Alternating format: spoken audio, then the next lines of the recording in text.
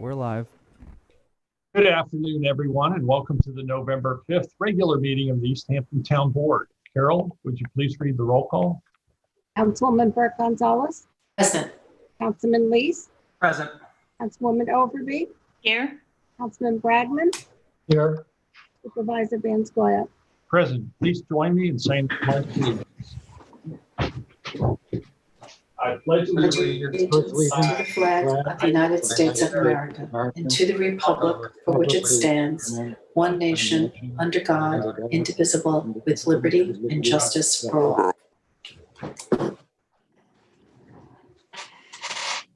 This afternoon, we have 4 public hearings. We'll have a hearing to amend the use district for zoning for the property at 400 Panago Place, followed by a public notice selection of Section 8 Administrative Plan 2021, Notice of Public Hearing 2021 Community Block Development Grant Funds, and a public hearing on the preliminary budget for 2021. Carol, would you please read the hearing notice for the first hearing? Before I do that, I will read the COVID disclosure once for all the hearings. Due to the public health and safety concerns related to COVID-19, the town board will not be meeting in person. In accordance with the governor's executive order 202.1, the November 5th, 2020 meeting of the town board will be held via video conferencing, and a transcript will be provided at a later date. The public will have an opportunity to see and hear the meeting live and provide comments. The public can watch the live meeting on local TV channel 22 and live online from the public meetings link on the LTV website. If any interested members of the public would like to provide comments on the public hearing, comments can be called in during the meeting at the call-in number provided at the town's website and displayed on the live feed at the time of the hearing, 351-888-6331. Pursuant to the requirements of the executive order of the governor of the state of New York, a transcript will be prepared for the public hearing and a copy shall be filed with the town clerk and placed upon the town's website, and comments will be accepted in writing by the town board to be received by email to cbrennan@ehamptonny.gov or by mail to the town clerk, 159 Panago Road, East Hampton, New York, and actually received by November 5th or 1 week after the posting of the hearing transcript, whichever is later. Please check the meeting agenda posted on the website for any changes or instructions to access the virtual meeting or for updated information.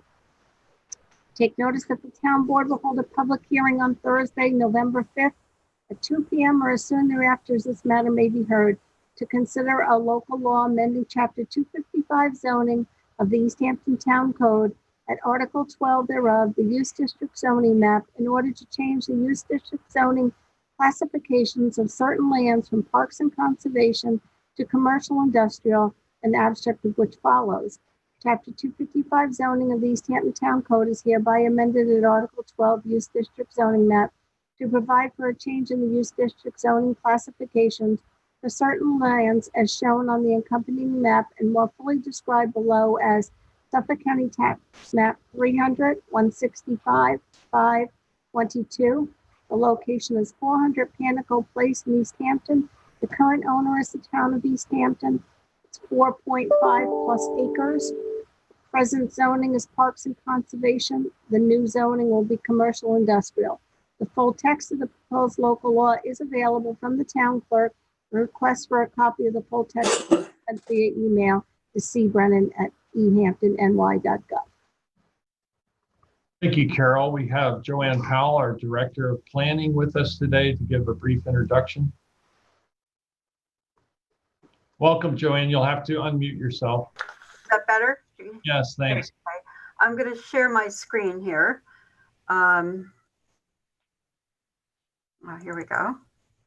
The rezoning under consideration is for a 4.5 acre parcel owned by the town located at the end of Panago Road, here outlined in blue, presently containing baseball field, from parks and conservation to commercial industrial, in order to allow the Southampton Hospital to construct an emergency services building on the site. Parks and conservation zoning, the current zoning allows for passive and active recreational uses and little else except for museums, and interpretive centers by special permit. Therefore, rezoning of the property is necessary if Southampton is to locate their emergency services facility on the property. Property was zoned commercial industrial from the adoption of zoning in 1957 until sometime in the late 1980s when it was rezoned to a residence with an affordable housing overlay district. In 1997, 2 baseball fields and a comfort station were constructed. And then in 2005, the comprehensive plan recommended that it be rezoned to parks and conservation due to the recreational use as a ball field. You can see here on the map that there was actually a block of parks and conservation zoning, the water authority to the east, and on the north side of the railroad tracks, there's 2 parcels that are open space that are owned by the town. So this entire block was zoned parks and conservation. The land to the south of it, which contains the medical offices at 200 Pantago Place, and then all of the offices at 300 Pantago Place, and then to the west of that, which is the back of the main town facility with parking, and then there's some buildings in the back. That whole block is commercial industrial now. So rezoning this parcel to CI would be consistent with the surrounding zoning and allow the medical facility to be built here. The planning board did discuss the rezoning, and the majority of them were in favor of the rezoning. And is there anything else that you would like me to address at this time? I believe it was Parks and Conservation, and there was the process of parks alienation that was forwarded to the New York State Assembly. Yeah, that was part of the legal process. I guess the town entered into that, and we did have the affirmative response from the New York State Legislature to alienate the parkland, which is a required process in order to have this change of use on the property. And I believe the town is going to relocate or provide equal parks and recreation land available at another location to make up for the loss of this land. Thank you, Joanne. Do we have any callers on the line? Yes, we do. We have a few callers. I can take the first caller in queue if you'd like. Okay, just before we do that, I do want to read, we received an email, and I do want to read this into the record. To all concerned, it's imperative that the zoning change for the site location be approved as soon as possible so that we may begin construction. This facility benefits our community at large and maximizes accessibility due to its central location within our town. This location precludes the necessity to travel to Southampton in an emergency.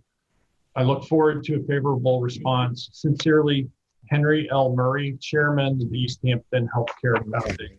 So we have that in the record, and we'll take callers now for comment on this public hearing. Hi. Hello, Hugh. We'll get back to you shortly. We just started our public hearing. Okay. Okay, Mr. Supervisor, I'm going to unmute the first caller in queue right now. Thank you, Michael. Hi, it's Larry Cantwell, Mr. Supervisor, members of the town board. Good afternoon. Hello, Larry. How are you? I'm good. Good. I wanted to comment on this, and I want to support the rezoning of the property. A number of years ago, when Southampton Hospital proposed to move the hospital and build a new hospital further west of where it is now on the Southampton College, Stony Brook property, a number of community leaders, raised concerns about emergency medical services having to travel so far, given the obvious traffic issues on Montauk Highway. To Southampton Hospital's credit, they recognized, the burden that traveling to Southampton Hospital at their new facility would place on the residents of the town, and they proposed to build, a 24-hour-a-day, year-round emergency medical facility here in East Hampton. And, just so many benefits to this proposal. I mean, from my perspective, this is the biggest improvement in emergency medical care in our community, in my lifetime. When we think about, the volunteer ambulance staff from Montauk to Wainscott, all the volunteers, police departments and others who, would otherwise have to travel when the new hospital is built all the way to Southampton College on County Road 39, it's a tremendous burden. And the fact that we're going to have a facility right here in East Hampton to meet those emergency medical needs for the residents who live here and for the police officers and certainly for all the volunteer ambulance staff throughout town is just a tremendous opportunity for our community to improve, these emergency medical services. And, I just want to add my voice of support for the rezoning. I want to add my voice of support for the hopeful completion of a site plan so that this facility can be built here in East Hampton before, the new hospital is built much further west. And just one other comment. I mean, look, traffic is an issue everywhere.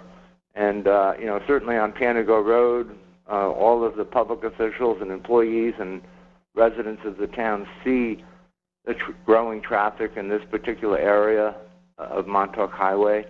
But the other thing to consider here is that, there are, I'm guessing or estimating 3,000 or 4,000 ambulance calls a year. I know East Hampton Village Ambulance does well over 1,000 on their own. When you think of many of the ambulance calls are coming from Amagansett, Montauk, and parts of Springs, and those vehicle movements are already going past this site on Panago Road today because that's the only way they can get to Southampton. And the ambulances do not want to drive back roads. They drive the main roads. And while there might be some increase in traffic at this site, many of those ambulance calls are already traveling this route today. And instead of having to travel all the way to the Southampton College site, they're going to be able to respond to patients who need this care, get them to this site, and get back to their jobs and do their work. I know all the board members are very aware of the the tremendous effort and burden that these volunteers have in their day-to-day lives and how grateful we are for the work that they do.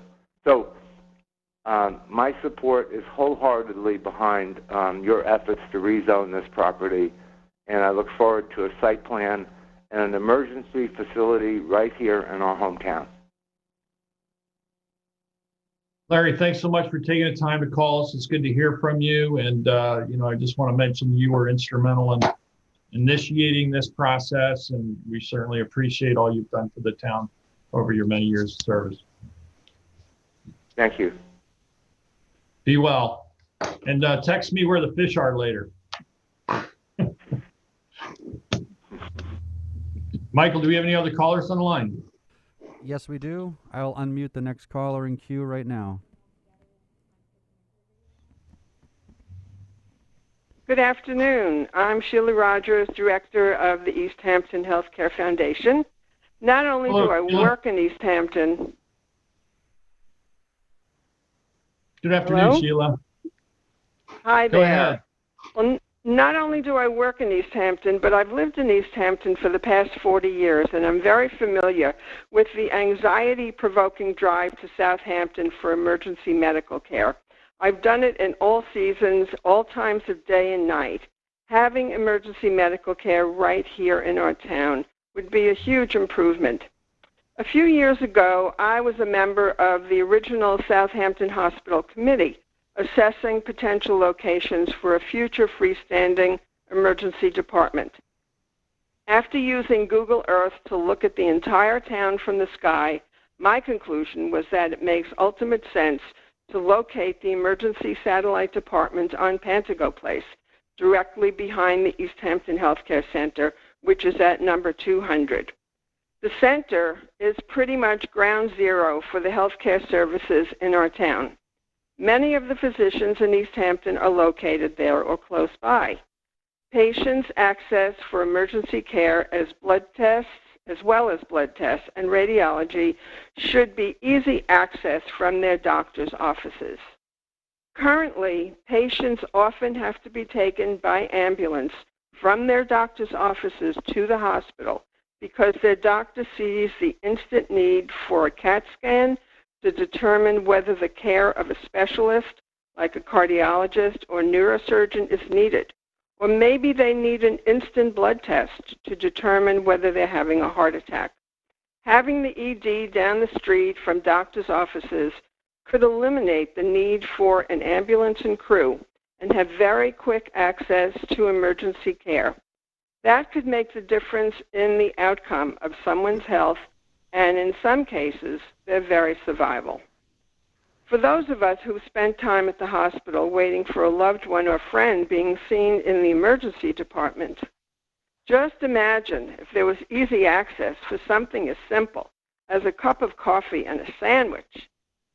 As you must know, sometimes it takes 3 to 4 hours for a patient to be released from an emergency department or admitted to the hospital. At Pantago Place, you could just walk down the street to get that cup of coffee or lunch while waiting to find out what was happening to your patient. Lessening stress is better for everyone involved, which includes doctors and staff, patients, volunteer ambulance members, and family members. Pantago Place is also centrally located in the town, so no matter which direction you're coming from, it's easy access. I urge the town to rezone 400 Pantago Place to accommodate Satellite Emergency Department and continue our work to improve health care for our entire community. Thank you. Thank you so much for calling today, Sheila. Be well. Thank you so much. You too. Please leave a message after the tone. Thank you. Michael, can we please go to the next caller if we have someone on the line? Yes, I'll unmute the next caller in queue right now. Good afternoon, Town Board. This is David Buda. Good afternoon, David. Hope everyone is well and recovering from the election. This hearing today concerns the rezoning of a 4.5-acre parcel at 400 Pantago Place from park and conservation to commercial industrial so as to accommodate a new freestanding emergency department and outpatient diagnostic and imaging center. As you know, the discontinuation and alienation of this municipal parkland required state legislative approval and the adoption of Chapter 609 of the laws of 2019. A specific condition of that state law is that the town, quote, must dedicate an amount equal to or greater than the fair market value of the parklands being discontinued towards the acquisition of new parklands and/or capital improvements to existing parkland and recreational facilities, end quote. My first question is whether you have ordered an appraisal to determine the fair market value of 400 Pantago Place. By the way, this property was purchased 32 years ago by the town in 1988 for $455,000. My second question is whether the amount that is required under the agreement with the Southampton Hospital Association to be paid by them towards the new park improvements at the Stephen Hans Path site whether it is at least equal to or greater than the fair market value of the parkland being alienated as so determined by an appraisal. Although this may not be an entirely valid comparable property, I do note that the approximate 4-acre former Stearns department store property at 350 Pantego Road, which is currently zoned for A residence with an affordable housing overlay, has been advertised at various times for an asking prices of $5 million and $7 million. I do know that the agreement with the hospital does require them to pay a certain amount. I don't remember the amount, if it was 1.2 or 1.7 million or something like that, towards the ball field improvements. But I do think that you have to at least justify the amount as being equivalent to the fair market value of the parkland that has been alienated. With respect to the rezoning, I don't have any objection. I do think, though, that when the planning board gets its teeth into the nitty-gritty, you may find that there's a need for a traffic solution that may involve coordinating with the town's municipal complex, rerouting of traffic through the two properties, the two areas, both Pantego Place and the town municipal property. And that's something that may be on the table, as well as the possible requirement for a traffic light, which would be unfortunate, but maybe unavoidable. So that's my comments. It's not directed specifically to the rezoning, but the flip side of it, which is the requirement that the town satisfy in order to satisfy the alienation requirements under common law. Thank you. Thank you for calling, David. And I do believe that under the statute, the 1.75 that's earmarked towards the relocation of the ball fields does contribute towards meeting the requirement. I don't have an appraisal value off the top of my head, but I do know that the town is actively pursuing and has in mind purchasing additional properties within the town for open space and parkland. So I don't think we'll have any issue at all meeting those requirements. On the second topic you brought up, circulation is certainly something that the planning board will look at with the site plan. There has been some discussion about connecting adjoining properties to look at ways to improve traffic flow among the various properties in a more comprehensive way. So we look forward to that as it moves forward. Thank you so much for calling. Thank you very much. Do we have any other callers on the line? Yes, we do. I'll unmute the next caller in queue right now. Hi, Mr. Supervisor and board members. Nice to talk to you. Thanks so much for giving me an opportunity. This is Barbara Borthsack calling. Hi, Barbara. How are you? I'm great, Peter. It's nice to see you all on my TV here, and hello to everybody there. I just want to clarify that I'm wearing 3 hats today relative to this conversation.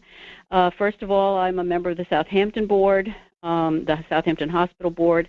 Second, I'm a founding member of the East Hampton Healthcare Foundation Board. And third, I'm an active 30-year member of the East Hampton Ambulance Association. So I do have more than just a passing interest in this particular project. I'd like to thank all of you for the work that you're doing to move the project forward and encourage you to continue to do everything in your power to make it happen as soon as possible. I certainly understand and appreciate the need for all due diligence, and I also know the needs of the community very well. The hospital and the Healthcare Foundation have been working so closely and diligently with the town on this since the Cantwell administration, as Larry Cantwell mentioned when he called in. We've also been hard at work trying to raise the funds needed to make it a reality for the community. I can say personally, as an ambulance volunteer who has driven the ambulance hundreds of times during the summer months, when traffic is nothing less than treacherous, not to mention time-consuming, I see the need rather intimately. As a citizen, I know how much we need this facility here in East Hampton, and I just want to add my word of encouragement to the conversation. I thank you all, in advance on behalf of the community, on behalf of the Ambulance Association and the hospital, and appreciate everything that you're doing to make this a reality. So thank you so much. Thank you so much, Barbara, for calling in and for your service to the community. You're welcome. Everybody, take care. You too. Any other callers on the line at this time, Michael? Yes, we do have one other caller right now. I will be unmuting right now. George Biondo's on. Hello, George. Good afternoon. Hello. Hi. This is George Biondo calling. I live in Montauk. I'm a member of the hospital board, have been for 10 years, and I'm a practicing attorney in Montauk. I would like to say that of all of the comments that I get as a member of the board from my fellow Montaukers, none is more frequent or more passionate than the desire to have an emergency room located closer than the one that's at the hospital. It is a constant source of anxiety and even agony for the people that live in Montauk, with worry that they won't get to the emergency room in time to get the treatment that they need. Montauk is really, really far away from Southampton. The new ER in East Hampton will be such an incredible boon to the health and safety and well-being of everyone in Montauk. And I might also add everyone in East Hampton.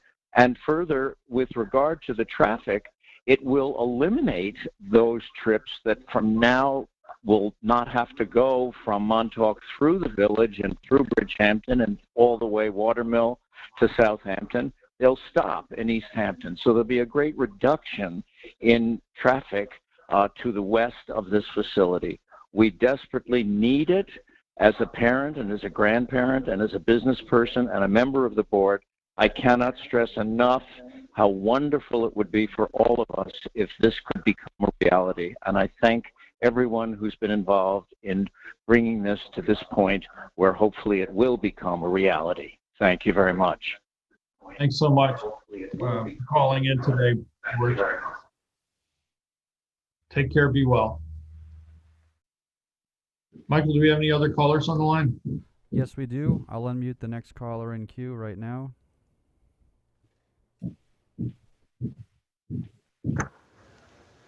Hello, caller. Good afternoon. Good afternoon. Who's calling, please? Hi, good afternoon. My name is Mary Mott. Hi, my Mary. name is Mary Mott.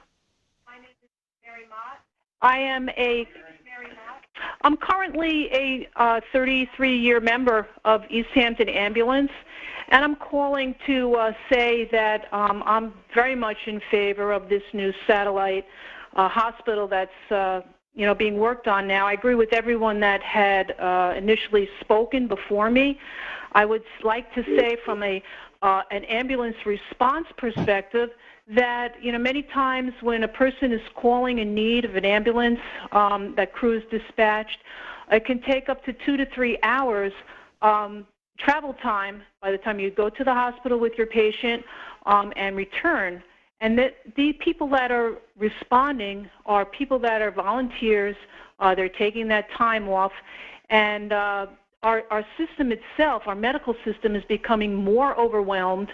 To have a facility that could take less time, provide the same needs that their medical situation would require, would not only help with the medical system, the EMS response, but it would actually benefit those people, as I've heard prior to, with a quicker ride to the hospital, a quicker ride to care. You're in a spot that is more near your home, and everything about it is just something that our community truly could use. It's something that would benefit everyone. And, if we're going to talk about a traffic issue, I would encourage anybody that thinks that somehow this would make more traffic, maybe to just join the ambulance, come on a few rides with us, and we'll show you that the whole East End is just clogged up with terrible traffic. So the traffic issue, I find, not as important as the medical needs of all the people in our community. And, I hope that you guys will all think about it and really push it forward. And thank you. That's all I really have to say about that. Mary, thanks for taking the time to call, and thank you so much for your volunteerism and serving on the ambulance all these many years. We really appreciate that. Okay, well, thank you. You take care and be well. Michael, do we have any other callers on the line? Yes, we do. I'll unmute the next caller right now. Hey, I'm Tom Flite. I am both a volunteer EMT critical care provider as well as the paid provider for two of the other districts out in the East End. For me, the one thing I'm going to iterate to the board is we have something for trauma calls called the golden hour in the field, which is that basically from the time of bad trauma, we really aim to get the patient into a care facility within an hour, and the chances of their survival are massively higher if you can do so. That to me is one of the key highlights of this facility in terms of what it can offer for patient survival, be they local, be they visitors. Having a care facility where we can really transfer and get the patients the care they need and the time they need is a critical aspect for survival. So that's one thing I want to say. On the traffic aspect, between the districts I know of on the East End, there are around close to 3,500 calls a year. So you're looking on an average 10 calls a day. So if you're talking about ambulance traffic going in there, 10 ambulances a day, that's not a significant traffic issue over anything that would be there right now or anything else that would potentially go into that space. So I don't see traffic being a huge issue with this. Additionally, those ambulances are on the road anyhow. And in fact, by having a facility that's closer, you're likely possibly to reduce the traffic even more because they're not going to be having cars to pull over as they try and make their way through to Southampton. So traffic to me is really not much of an issue with regards to this, especially when, what other uses might be going on there as well. But overall, this really is about the healthcare of the local community. And from an emergency medical perspective, definitively, this would be a good thing. Tom, thanks so much for taking the time to call us and give us your comments. And again, thank you for all your service to our community as an EMT. Really appreciate that. Pleasure. Thanks, guys. Take care. Bye. Too. Michael, do we have any other callers on the line? No, we do not. There are no more callers on hold. Okay. In that case, I guess we can move on now with our meeting. So I'll entertain a motion. Motion to close. Second. All in favor? Aye. Aye. Passed and carried. Do we still have Hugh King with us? He is there, but he has left the screen for a moment. Okay, so let's move on with the reading of the next hearing notice. Carol, if you would, please. Pursuant to the United States Department of Housing and Urban Development rules and regulations, in the town of East Hampton is required to hold a public hearing on and make available to the public the plan for the operation of the Housing Choice Voucher Program, Section 8 Rental Assistance Program. A draft of the plan shall be available for inspection by appointment only at the Office of the Housing and Community Development, located at 267 Bluff Road, Narragansett, between the hours of 9 a.m. and 4 p.m. prevailing time starting September 18th, and shall be available on the town's website under Housing Community Development tab. In order to be considered, all comments of the draft of this plan must be submitted in writing to Thomas E. Rule, Director of Housing and Community Development, 159 Panago Road, East Hampton, before 3 p.m. November 4th, 2020, or introduced at a public hearing to be held November 5th at a regularly scheduled East Hampton Town Board in a manner to be described by the Town Board and published on the town's website. Thank you, Carol. We have Tom Rule, who's our Director of Housing and Community Development, with us. And Tom, if you could just give us a really brief overview and any changes. I believe there are some just minor changes with the plan this year. Yes. The town every year has to go through this process. It's changed a little bit because of the pandemic that we're in. HUD's given us a lot more latitude, and it's due a little bit later So usually this hearing would be in October. No one's asked to see it. No one typically does not ask. We have no comments.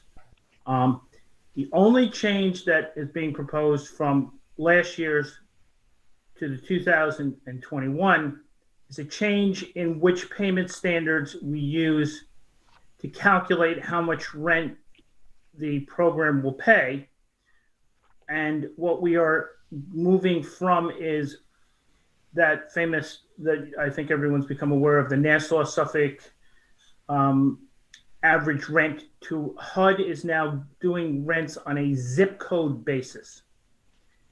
And they're calculating different, and it's an optional thing, but it works for us because it raises the payment standard, which makes it possible, and we're going to only do this with single family homes. It allows us it allows people to rent more expensive units, which are more in keeping with the costs here relative to all of Suffolk County. And this is something HUD's trying to try to make the program more inclusive. The rents will go up varying amounts. You know, a one bedroom in Amagansett will go up $7, but a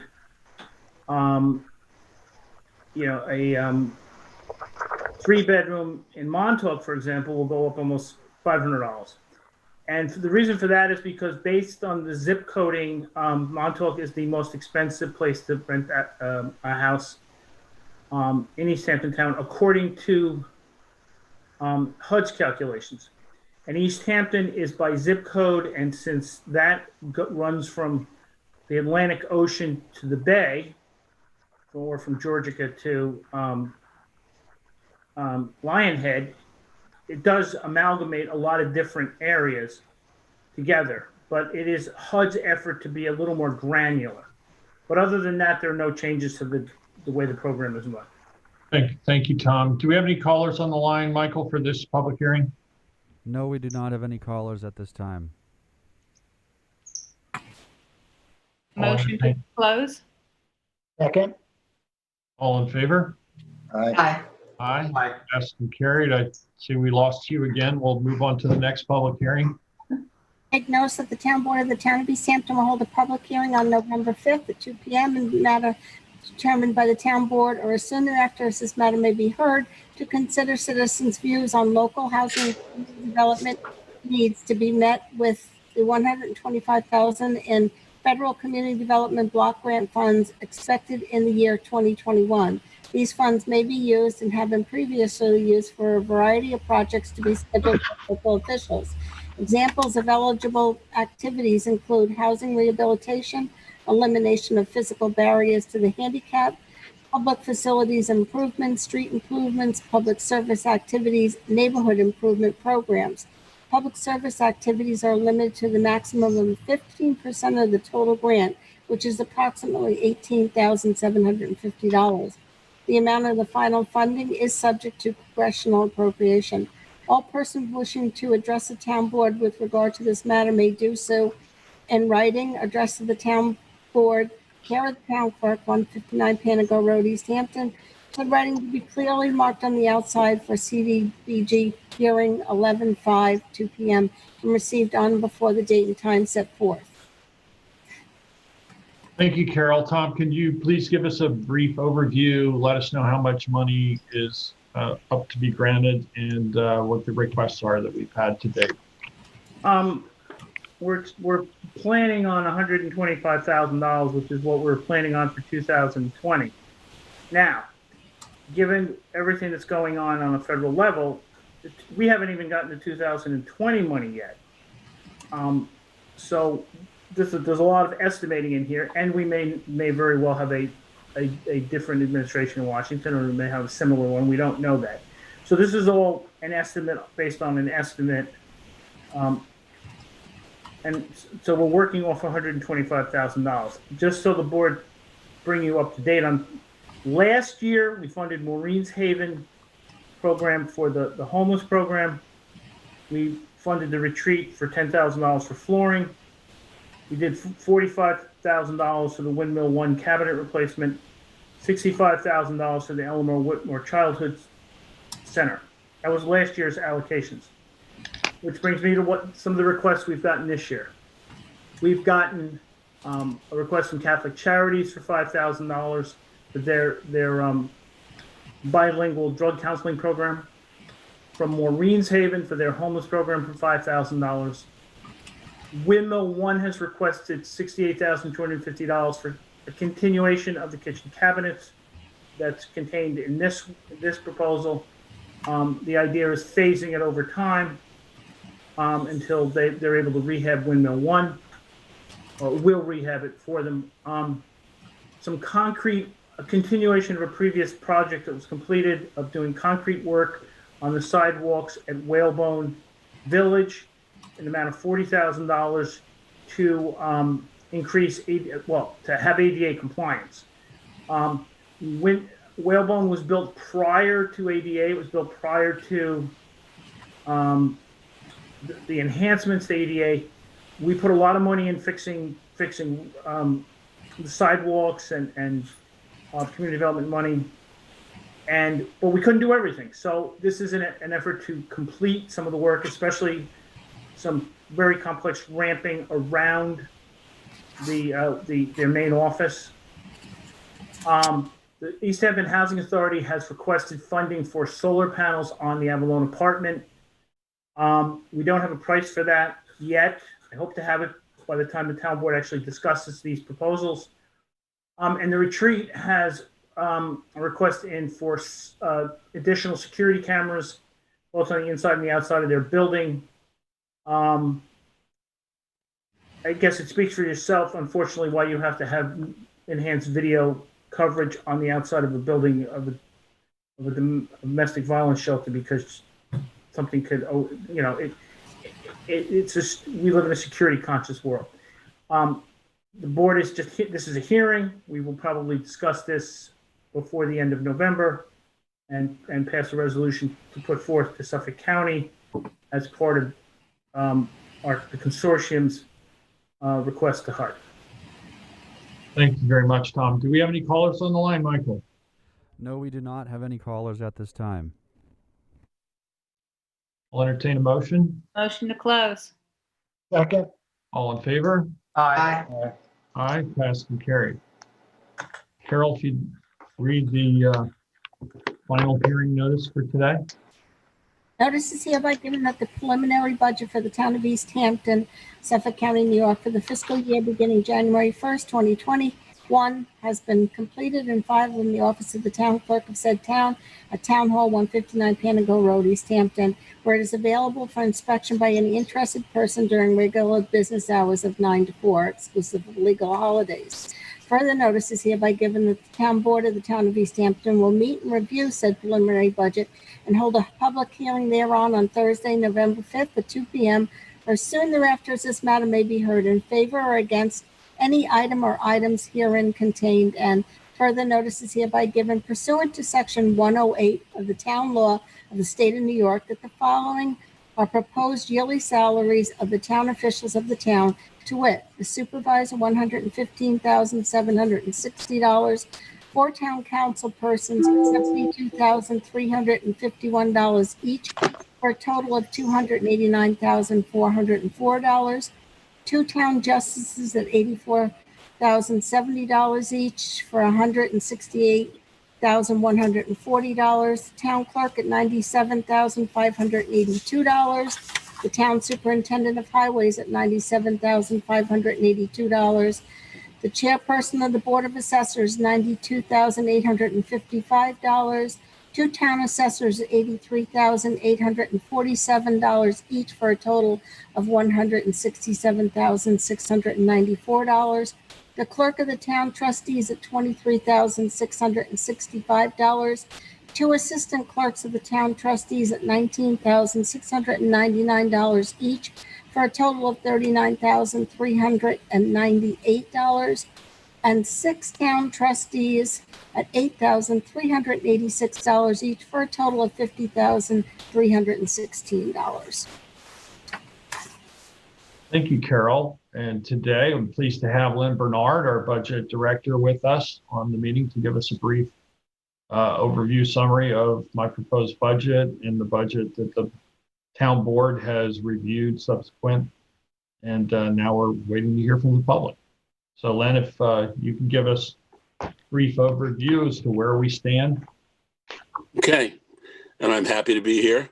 So the preliminary budget, as noticed, holds the line on spending. Total spending in the major funds is $82,683,384.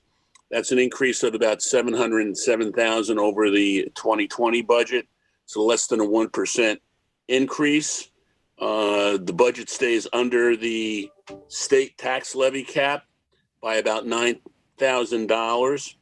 Tax rate outside the villages, if you live outside either Sag Harbor Village or East Hampton Village, your tax rate overall combined will go up by 2.57%, which is a fairly modest amount.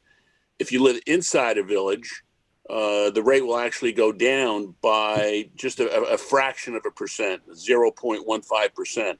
And the primary reason for that discrepancy between outside and inside the village is related to the fact that the county is cutting our public safety grant that we get from them every year to help support our police department.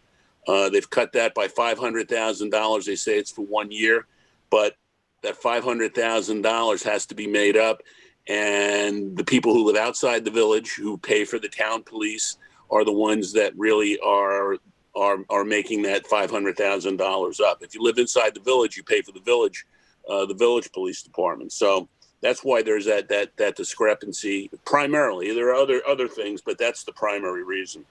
The impact of the tax increase on the house worth of $1.2 million outside a village is $56. If you're inside a village, it actually go down by a little over $1. The budget increases assistance to a number of the organizations that the town contributes to. The increase in assistance is $137,000. The overall assistance that the town is providing is $629,500. This budget adds 4 new positions to the town, 4 new full-time positions to the town: ordinance inspector, environmental analyst, an office application specialist in our IT department, and a new harbor master. Budget also recognizes the good performances of a number of our town employees. Contains 21 regrades where people's positions are being regraded to a higher level, which means they will be making more money. There are 9 merit increases, 3 title changes, again, which will increase increase people's salaries as a result of a higher title. There are 7 promotions and 4 straight raises. The budget uses a reasonable amount of surplus to help pay for some of the COVID-related expenses that we anticipate next year. So almost $380,000. That fund balance will help pay for COVID-related expenses. One of the reasons why you like to have ample fund balances to deal with emergencies and meet the requirements of in this case what is a crisis.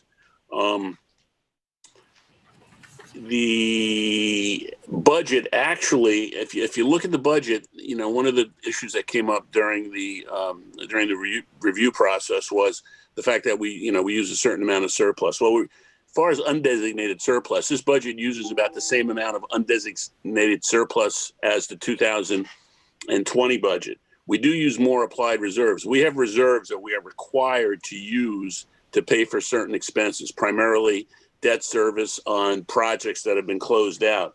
And there's a little bit more of that this year, which actually helps us to keep down the tax levy because we have to use those reserves. So it's another source of income that is a mandatory use. Again, the budget, I think, preserves our surpluses overall. We have very ample surpluses going into the year. Coming out of the year, we're going to have ample surpluses, and our projection for next year is that we will finish the year with overall surplus of over 50%, which is what the rating agencies look for. It's one of the reasons why we have a AAA rating with Moody's. That's really about it. It's kind of a thumbnail sketch. It's a good budget. It's a solid budget. I don't think it overspends. I think it takes into account what we might see next year with respect to COVID, what we might see next year with respect to the leveling off of some of our fees and non-tax revenues like justice fees, which are down a little this year. We budgeted that in for next year, a decrease. So like I said, I think it's an honest budget. I think it's a conservative budget. But again, I think it provides all of the services that the town has always provided our residents, and does so in a financially responsible manner. So that's it. Thank you, Len, and I want to thank you. I think it's important for people to remember the context that we're delivering this budget in. This is, I think the culmination of a long recovery from a financial crisis that began roughly a decade ago. This will be the last year in 2021 that we will be paying off the deficit financing bonds. I think we have about $163,000 left on that $25 million borrowing, I think, from the state. About 22 million. 22 million. So big number. That's a big number. So, I think it's important to keep in mind the context. I think it's going to be a challenge for any one of us individually to stay 0.86% above what we spent last year, given the many constraints and challenges that we all face in our own personal financing, the ongoing costs that escalate, whether it's healthcare or anything else. So I want to thank you, and I want to thank the entire staff in finance for helping us budget conservatively. And I want to thank the town board for, showing restraint over the last several years and a consistent approach towards budgeting. And at this point, I want to hear what the public has to say. Do we have any callers on the line, Michael? Yes, we do. I'll unmute the caller on hold right now. Great, thank you. Good afternoon again, it's David Buda. I have a couple of comments, one concerning a fairly significant number and one concerning an annoying smaller number. How are you, everybody, again? Hello, David. The larger issue is really a philosophical issue, and it's the question of how you approach your budgeting. I think that I and many people applaud the state legislature and governor for adopting and pushing the 2% cap on annual cap on funds to be raised by taxes. Although that number is not a hard number, it's subject to a lot of close calculations. But I don't think anyone ever expected that law to work against taxpayers. And I think what you have done this year is, when you really look at it and step back and look at it, you have lost an opportunity to produce a budget that was going to save approximately $190,000 against the tax cap maximum. You had in your tentative budget a plan to use that extra $190,000 from reserves, which meant that a few months ago you calculated that you had sufficient reserves to spend that $190,000 from the reserves without doing any detriment or any harm to the town's rating situation or financial status. But then when, coincidentally or fortuitously, the state was able to make an adjustment in the cap calculation, which dealt with updating retirement percentages and thereby increasing your cap dollar amount by $190,000, instead of giving back to the town taxpayers that $190,000, you then decided not to use as much surplus as you had already agreed, Mr. Supervisor, in your tentative budget that you could afford to use. So what you're really doing is you're back-ending the budget process. You're not using zero-based budget process. You're basically saying, let's see how close we can get to the 2% maximum allowance, however it's calculated by the state year after year, And in essence, it ensures that you're going to spend that much money every year, whether you need to or not. Now, you can argue that you need every penny of surplus because of COVID, because of getting a higher bond rating, but I think objectively, some people might say that the town has been hoarding surplus unnecessarily, and this is the best example. You had already agreed to spend $190,000 of the surplus, and then when you found out that the cap was going to be increased, you said, all right, well, we won't give that back to the taxpayers. We'll just tax them that money, and we'll add it to the surplus, and who knows how we'll spend it next year if we'll need it at all. So that's my large issue. The minor issue that I want to raise is the question of longevity pay for elected officials. Elected officials are different. Some of our elected officials, frankly, I don't think should have to be elected. They should be appointed. But we have what we have as a governmental system that elects certain officials. And you, the 5 members of the town board, the 5 town councilmen and the supervisor, have the power to set everyone else's salaries, including your own. Historically, up to this point, for however many years the town has been in existence, elected officials have not received longevity pay. There's a good reason. Elected officials are unique. I don't think that a first-year council person has any easier job or lesser job than a 10th-year council person. I don't think that adjusting the salary through longevity pay makes any sense for elected officials. It does pursuant to your negotiated contracts with your employees. It may also make sense for your negotiated policy for department heads. But for elected officials, essentially you're saying it's a plus to when it comes time to get reelected, that the electorate should be looking at returning incumbents to office as being returning a better person or a more efficient person or a more effective elected official. And that, frankly, runs contrary to common sense. I think that even though you're talking about a very small amount, I think, Mr. Supervisor, you said it's about $30,000. It's not going to make or break the budget of the town taxpayer one way or the other, but it's a matter of principle. I think that you have a legal obligation to state a salary for every elected position. If elected positions are underpaid for the work that they do, then you should review those in a comprehensive fashion and not award to long-term, long-serving people a longevity bonus, which, by the way, the real problem, one of the problems that I have, is that no one has even indicated how this longevity payment is calculated. There's no resolution spelling out what it is.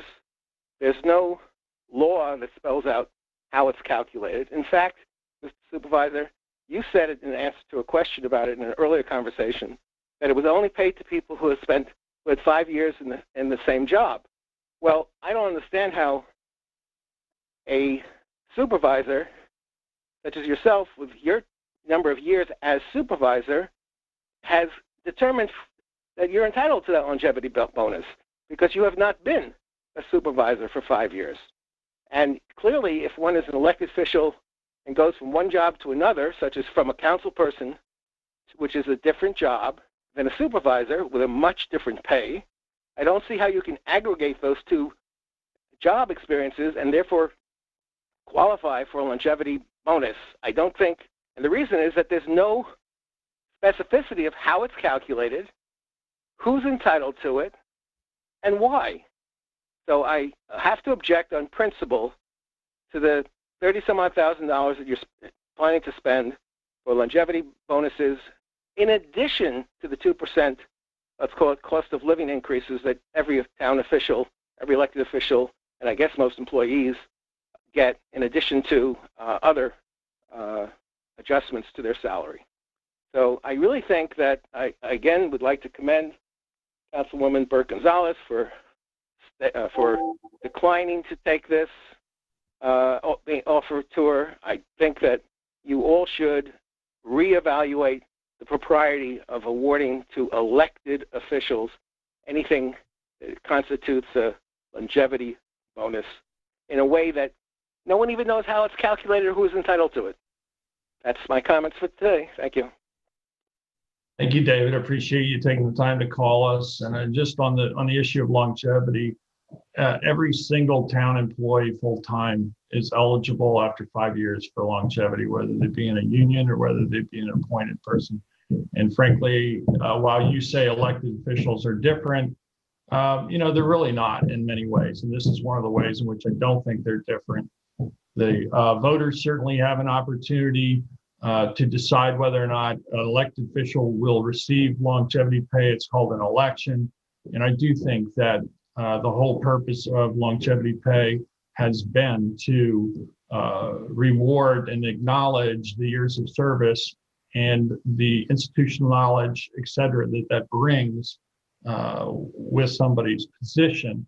I will also note that our sister town of Southampton has been providing longevity pay for their elected officials for a number of years. But that, I don't think it's a major point, but again, I don't see why an elected official, public servant who's been serving for over 5 years wouldn't be, eligible for the same kind of benefits that every other full-time town employee gets, whether appointed or under a collective bargaining agreement. Do we have any other callers on the line, Michael? Is it possible that Len could explain how it was calculated?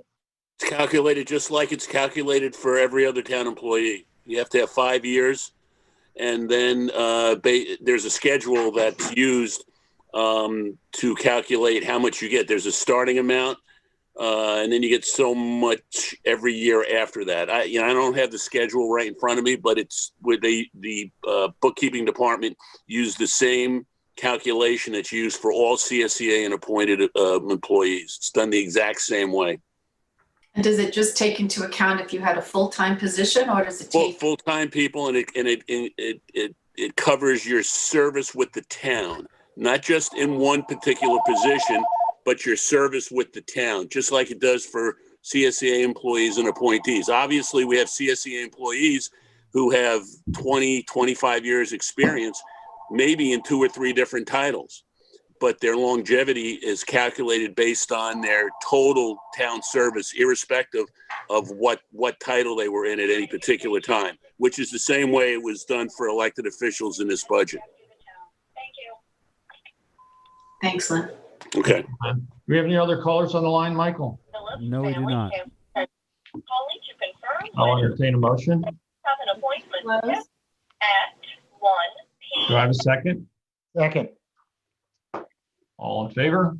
Aye. Aye, passed and carried.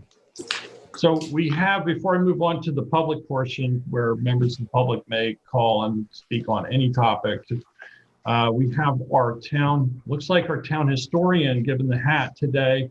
Hugh, welcome. Hugh King, our town historian's with us. Okay, I'm sorry I'm late, but I want to give us, they wouldn't let me on Zoom for some reason. So Joanne got me to this guy, Heath. Oh boy, is he a big timer. I'm telling you, this guy did 4, 5, 6 different things attempting to help me. I couldn't deal with him because the person who helps me take care of Loretta left. So Loretta and I had to be together. But I want to really give a shout out to that guy. Boy, was he persistent. And that would be Heath Liebman, who's our director of information technology. And I'm sure all the town board members will agree with me when we second your praise for Mr. Liebman. He keeps us all running here. All right. So finally I got on. So now remember we were going to talk about election trivia. Oh, yes, election trivia. All right. I have some election trivia and you don't have to worry about what you have. Okay. If you don't. Well, Very nice. Assignment. I had a historic question for you, but that's okay. I'll look up my election question. Councilwoman Gonzalez, do you have some election trivia? No, I had just some general, local history. Yeah, I thought we could ask you any question. I didn't know it was, didn't recall that it was just election. Okay, it can be anything. It doesn't make any difference. Okay, I'll give you mine and then you can go. 2 years ago, coming out of the recycling center, which is actually called the dump, right? So when you, I think it's the other way around. when you pulled out of the dump 2 years ago and you look straight ahead, there was a political sign. You know what it said? Don't belong. And I thought that was really neat. It didn't work, of course. He got reelected. Okay. And then I'm going to tell you about the 1840 election. It was one of the first elections in our country where there was actually barnstorming, speeches, parades. It was Tippecanoe and Tyler too. William Henry Harrison runs for president. He wins. They pick John Tyler from the South. Well, what happened after the election? Mrs. Harrison could not reach Washington in time, so William Henry Harrison had to do his own shopping, okay? So he got caught in a rain shower. Previous to that, he spoke at the inauguration without a coat or gloves on. He spoke for an hour and 40 minutes. Nobody heard anything he said.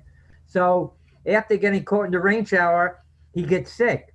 Now, in 1840, if sickness didn't get you, the medical profession could help you die. All the kinds of things they did to you, right? Well, he dies after 30 days. It never happened. That's the first time it ever happened in our country's history where the president dies. And you know what the Constitution said? It said if the president can't fulfill his duties, the vice president will take over the duties of the president. It doesn't say that he becomes president. Well, John Tyler took care of that. He moved right into the White House and told everybody that he was the president. And what's his connection to East Hampton? Mary Tyler Gardner. Julia Tyler. Right. He married Julia Gardner, right? Sorry, Paul. Okay, yes, okay. And now one more.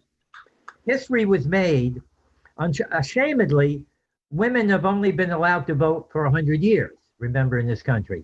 In 1920, the 19th Amendment was finally passed, okay? Women out west, by the way, were allowed to vote in many states.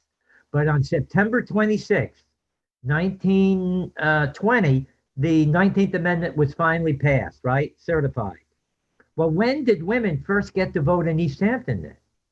1912, I think. No, this is, we're up to 1920, remember? Women now have, Oh, you mean it was after? It came after? yeah. 1921. But New York State had passed legislation prior to the national. Oh, they did? I believe it was 1912. Oh, let's go look that up. That's a good one. All right. Okay, but in East Hampton, if that's not true, okay. When did It may not be. I may be remembering it wrong, but I'll look it up. when did the women in East Hampton vote first? They voted in the village first because in 1920 the presidential election was on November 3rd, just like it was this year. But on October 30th, 1920, at Oddfellows Hall, to pick the first village offices, women in East Hampton voted. And that's the first time that women voted in the town of East Hampton, if 1912 is incorrect. All right, that's all I got. What do you got for me? I got one for you here, if you don't mind. No, good. So you said 1912. I'm going to share something that I was able to find. This is, if everyone can see, hold on one second. Oh. Let me pull the right thing up here. This is actually the official ballot of East Hampton from 1913. Oh. You see as the Democratic Party line, the Republican Party line, and the National Progressive Party, in which at that time for supervisor was George Asa Miller. That's right. All the way down to constables and such. So it was very interesting to pull a couple of these up that I found, official ballots from back in the day. This is the first official ballot I saw that was printed. Besides that, I guess I got one question for you, and then what I thought was really interesting was in 1998, there was actually, it was the 350th anniversary of the town of East Hampton, and they did a lecture series at the library, and one of them was by Dr. Landon Wright about the origins of government in East Hampton. And it gives you a lot of information on it. And the first documented origin of government in East Hampton was when they were trying to decide what they were going to call elected officials within the town, and that was in 1650. They brought up the word constable, the men that are in authority for the ordering of the town's affair, or they also called elected men, to make orders for the good of the town. They also called them the title townsmen, towns or constables, as I mentioned. But what's very interesting that I found out is that they were appointed to what's called a court of elections, and that was held in October 1650. At that point, there was 4 men chosen for ordering the affairs of the town, plus the constable were to constitute a court to try cases under 40 shillings. The emphasis was on participation, not exclusion. East Hampton really didn't have a utopian vision what it was going to be at that point. But what was very interesting is that they did fine people in 1651 for delinquents who did not appear at a town meeting according to a warning. Later that year, they agreed to fine individuals who left a town meeting early. Wow. And what I thought was even a little bit more interesting at that time was what their obligations were in 1651. Let's see here. They had the town was responsible for hiring and paying a minister and building a meeting house.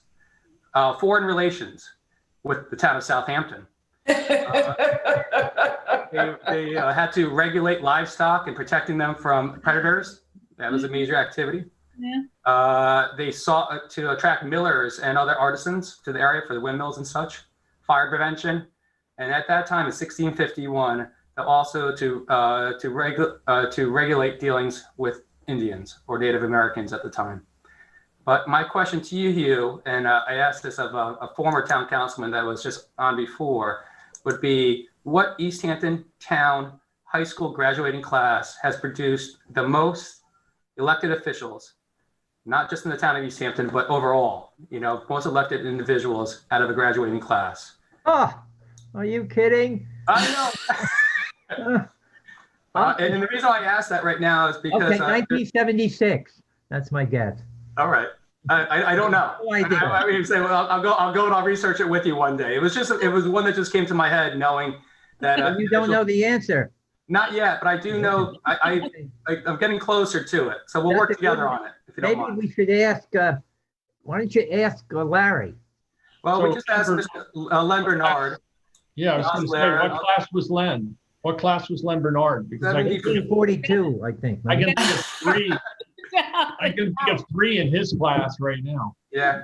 Well, I'll say in my class in 1994, there's 4. Myself, Julia Prince, former councilwoman, Chris Minardi, who's a trustee in the Village of East Hampton, right. And our valedictorian, Warwick Sabin, is actually an elected state senator in Arkansas. Is that right? He just ran for mayor of Little Rock. I think he didn't make that ballot. But it was just interesting. Yeah, that's a great question. No, that's a great question. And then maybe you could find out how many East Hampton High School graduates all total have served on the town board. Well, that's interesting one also. I like that. Yeah, that's a good one. That's a great question. Thank you. Those are great points, David. Thank you. Anybody else? I do. I have a question for you. And we're going to go back to women's suffrage, I guess, in a way, because I'm going to talk about Judith Hope, who was the first female supervisor that was elected in 1973 in Suffolk County. Our town, are we historian today? So to our historian, who also was on the ballot with her and who won? Ooh. That was on that ballot that was with her? 1973. 1973? Nope. No? Nope. So on the ballot with her was the high school librarian. Oh, Eamon McDonough. Who was Eamon McDonough. He won. And there were 2 people that were also on the ballot with her that lost. Do you recall any of their names? No. Wait a minute. What, Mariella Rudishan? No, that was later. Oh, okay. No. So Sandra Brewer, who tried again to run for a state position and also lost, and Ben Starkey. Oh my God, was he a judge? Didn't he become a judge? No? That I don't know. That I Okay, don't- well, here's a great one about Eamon McDonough. He was a longtime librarian at the high school. When I was there, he was the librarian. He also directed the plays. So they were complaining that, Eamon, you should retire. The school was kind of giving him hints to retire. So he said, you help me get elected councilman and I'll retire. Actually, Deb Foster did that. She left from spring school teaching physical education and then retired to become a councilwoman. Yeah. Well, she was, So I've got to. I just want to finish up because I think I owe Judith Hope this. She's certainly one of those leaders that I always thought left a good path to follow. The New York Times called her victory the most stunning upset victory. So she who did deserves. she beat? Do you remember who was on the Republican ticket that year? It was Eugene Lester Oh, okay. and Henry Mund were the two people that were upset by Judith and by Eamon. Well, she ran again for supervisor, right? In like what, I think 83. 83. I think 83 then she ran again. And you know who she ran against? No, Nobody knows? I'm blanking on it. My father. Didn't I tell you that story? And then she wins the election, right? What does she do after the election? She appoints my father as the deputy supervisor. Oh, good for her. Yes. I mentioned that. Remember when David Lease was appointed to the board? Yeah. And everyone thought the political world was going to fall apart, right? How can we go on? And I told that story about what happened to my father. With Judith. I think that's especially apropos in these times that, to bring people together from opposing views and to work together. That's what you can do. All right. So Hugh, I have one for you. Okay. What two federal projects were built in East Hampton authorized in 1789, and why? Federal projects. Well, no, the lighthouse wasn't until 1796. Oh. And the wharf in Sag Harbor that's not a federal project. Huh? Commissioned. Okay. Commissioned? Yeah. Wait a minute now. The federal project could have been the Customs House in Sag Harbor. Ah, ding, ding, ding, ding. We have a winner, folks. Good job, Hugh. Right, Sag Harbor. Part of it is, right? Yeah, so 1789, the first Congress found itself facing bankruptcy with a $77 million debt, most to France and Holland. And in order to, get out from under, the original Confederation did not have any powers to tax. Yeah. And when George Washington became president, he's like, well, we got to fix this. So they passed the Tariff Act of July 4th, 1789, which authorized duties to be collected, and Sag Harbor was named one of the first federal ports of entry, and they appointed Henry Packard Daring. You might know the Daring name from Daring Harbor on Shelter Island. So that was the first house there. And just to give you an idea about what kind of taxes they were charging, was 10 cents a gallon for Jamaican rum, 2.5 cents per pound of coffee, 5 cents per pound of wax or spermaceti candles. And for those who aren't familiar with spermaceti candles, they are made from the oil from a sperm whale's head. Very fine lubricating oil that also burned in lamps. 4 cents per pound of cheese, 2 cents for soap, 10 cents for snuff, and 7 cents for a pair of shoes, slippers, or galoshes made of leather. You can still visit, the Custom House is still in Sag Harbor, right? Right. And they actually have, I believe, on the wall is the framed diploma of the young Henry Daring with his 1787 diploma from Mr. Bragnon's alma mater, Yale College. Wow. Wow. That's all I've got. No, that's plenty. That's great. So I've got one. So a few months back, Hugh, I asked you what your favorite memory was from spring school. Yeah. What is one of your favorite childhood memories? Well, there were two, okay? I went to Amagansett grade school.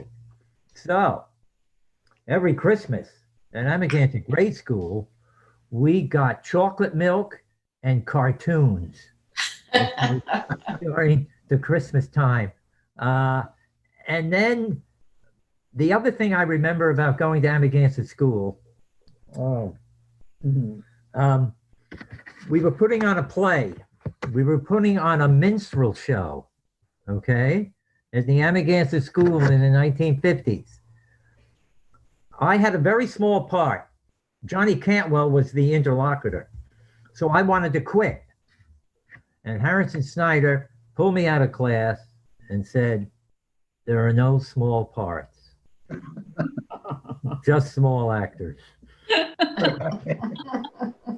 And I'll never forget that. And that was a lesson that stayed with me for the longest time. I want to mention one more thing about spring school and the theater, all right? And then I'll let you go. The theater is a great equalizer. When you are in the play, you are responsible to other people. Other people are responsible to you. But here's the biggie. You do something even though you're afraid. Everyone is nervous before they go on, even professional actors. But they're scared and they go on anyway and they do it. Now that's courage, I think. And when I used to look at the kids' faces at the end of the show when they were taking their curtain call, it's just amazing, the look on their faces. And then if you looked out at the parents, they couldn't believe it was that good because it was a child show. So I never said that last time. So thank you, Councilwoman Gonzalez. I wanted to make that point. Okay. I didn't know we had to ask an election question, but I have an obscure question. Okay, that's good. Doesn't have to be election. As a sometimes guitar player, songwriter, what is the East Hampton connection that Woody Guthrie has? A historic connection to East Hampton. He does? A little obscure. Wait a minute now, wait a minute. Woody Guthrie does have a connection to East Hampton because his father, wait a minute, Woody Guthrie died of warm, getting warm. Yeah, what is it? Wait a minute. Yeah, non-Hodgkin's. No, wait a minute. What do you call the disease you just... Alice Wexler wrote the book. Starts with an H. Give me a hint. I can't think of it. An H, there's Huntington's. Huntington's disease, right. Huntington, or so what happens is Dr. Abel Huntington treated some of the first Huntington's, or there's another name for it.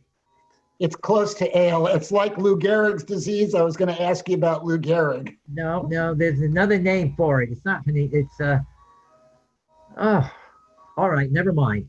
The connection is that George Huntington, the grandson of Abel Huntington, wrote a paper in 1872 about this disease and made people realize that if it skipped a generation, you might be safe. He traced the origin of it because he studied animals while he was in East Hampton.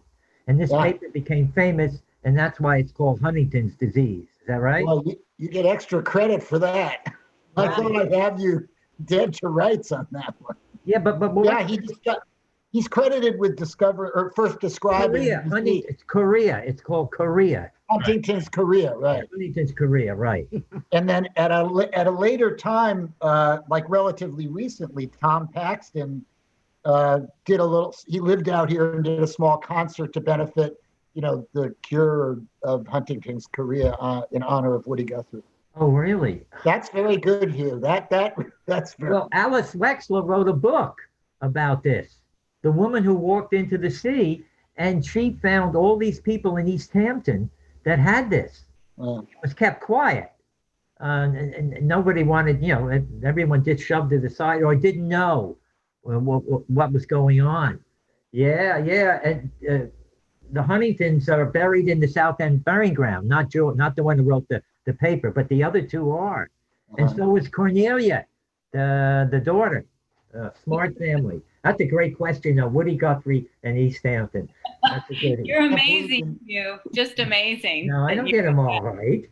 Thank you so much for doing this. This is so much fun. I'm doing the same thing at the village board meetings now, okay? It's really fun for us, and I think, it's very informative for us and the public, and it's a great way to keep history alive. Yeah, thank you. Thanks for joining us today, Hugh. And at this point, we'll move on to the public portion where any member of the public may address the town board on any topic. We ask that you keep your comments to 3 minutes or less. And Michael, do we have any callers on the line? No, we do not have any current callers on the line. Okay, let us know if you get any Me, callers we just on the got line. one. Just this minute. Just wow, this so minute. it has us on speed dial, don't they? Okay, we'll take the caller, please. And they just hung up. So if they call back, I'll let you know. Sorry. Okay, so I'd like to move forward. We have a very large exec session today, so I want to try to get through the resolutions at this point. And if we get any Excuse me, Mr. callers, Supervisor, they are back right now. I can jump right into it. okay, so let's take public comment. Thanks. Unmuting now. Hi, just one last quick question for my triptych of the day. This is Dave Buda. Councilman Lease, can you tell me where Bennett Cemetery is? There's going to be something on the agenda today, and I have no idea where that is. Sure, no problem. The Bennett Cemetery is actually located on the corner of Phoebe Scoy Road and Northwest Landing. It's actually down a very, very long flag strip that is very narrow. So it actually does have its own separate tax map, which I can actually add that tax map identification, amend the resolution. I'll pull up the tax map number for you currently right now. It's 300-90-2-10. Okay, thank you very much. Thanks, David. Be well. Michael, do we have any other callers on the line? No, we do not have any more callers. Okay, I'd like to move forward with our resolutions and just send me a notice in the chat. If we get a caller on the line, we'll try to take that caller. Okay. Kathy, you have resolutions to offer? I do. Resolution 2020-1010 is approval of the warrant. Claims total $2,484,737.93. And the utility warrant totals $36,481.63. Second. All in favor? Aye. Aye. Aye, pass and carry. 2020-1011 is a bond for $80,000. It's for authorizing the preparation of design plans and specifications for the construction of 2 ball fields by the town located at 110 Stephen Hans Path as part of the town's proposed relocation plan for the existing Little League ball field. Second. Can I have a roll call, please, Carol? Councilwoman Bert Gonzalez, Aye. Councilman Lees, Aye. Councilwoman Overby, Aye. Councilman Bragman, Aye. Supervisor Van Scoyac. Aye, pass and carried. Resolution 2020-1012 is to accept bid EH 20-035, printing of town clerk permits. That goes to Montauk Printing, Effects of Color, Ridgewood Press, and Concept Printing, Inc. Second. All in favor? Aye. Aye. Aye, pass and carried. 1013 is to authorize a payment to Samtel Companies in the amount of $877.68. Second. All in favor? Aye. Aye. Aye, pass and carried. I'd like to offer resolution 2020-1014 is the status change from seasonal part-time for the following employees who are appointed seasonal positions in the Parks and Recreation Department but are needed now on a part-time basis. Susan Beckwith, Kevin Clancy, Joanna Garcia, Anna Munoz, and Jesus Naiola. Second. All in favor? Aye. Aye. Pass and carried. Resolution 2020-1015 is a budget modification for aquaculture. This will be taking $6,000 from part-time salaries to light and power in the amount of $6,000. Second. All in favor? Aye. Aye. Passed and carried. 2020-1016 is a budget modification for Parks and Recreation. This will be taking $118 from other equipment to budget line for equipment and supplies in the amount of $118. Second. All in favor? Aye. Aye. Aye. Passed and carried. I'd like to offer Resolution 2020-1017. This is a budget modification for Parks and Recreation for other equipment in the amount of $185 to uniforms for $185. Second. All in favor? Aye. Aye. Aye. Passed and carried. I'd like to offer Resolution 2020-1018. This is authorize the CPF water quality funding for projects 2020 for round number 2. Whereas the town board, the furtherance of the water quality objectives for the town of East Hampton, we issued a request for applications for water quality improvement projects in June of 2020 and closed the date on August 20th of 2020 for the second round funding. We had several proposals for projects that were submitted, and they were heard by a public board, at the public board meeting. And we are going to be authorizing the awarding the grant funding for 5 water quality improvement projects. The first one, and the project sponsor, is the Springs Improvement Society for $82,395. The second one would be for St. Luke's Church. This is for wastewater treatment improvement for a funding award total amount of $49,000. The third one, the project sponsor, is the Crow's Nest Restaurant and Motel Dog Beach Incorporated. This again is for wastewater treatment improvement for the amount of funding award of $200,000. The fourth one is the project sponsors, the Incorporated Village of East Hampton. The project type is a non-point pollution abatement. The funding award is $191,500. And lastly, the fifth one is the project sponsors, the Incorporated Village of East Hampton. This again is a non-point pollution abatement project. And this funding award is for $230,001 pending the availability of funding. David, that was the Incorporated Village of Sag Harbor. I apologize. The fifth one, yes, the project sponsor was the Incorporated Village of Sag Harbor. Second. All in favor? Aye. Aye. Passed and carried. I'd like to offer Resolution 2020-1019 to apply for a reimbursement grant for a Granite Mack tractor. The town of East Hampton is to apply for a reimbursement from the New York State DEC MWRR for the purchase of a Granite Mack tractor that's being used for recycling in this town sanitation department.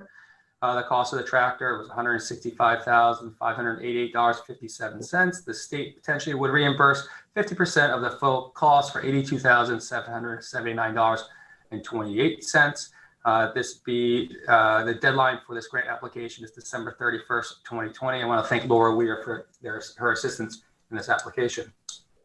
Second. All in favor? Aye. Aye. Aye. Passed and carried.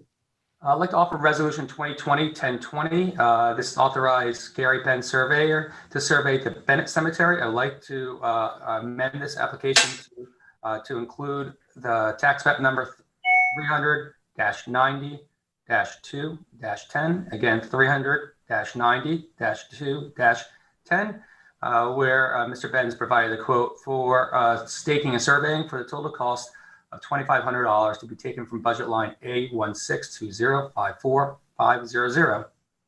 Second is amended. All in favor? Aye. Aye. Aye. Passed and carried. 2020-1021 is a budget modification for the Highway Department.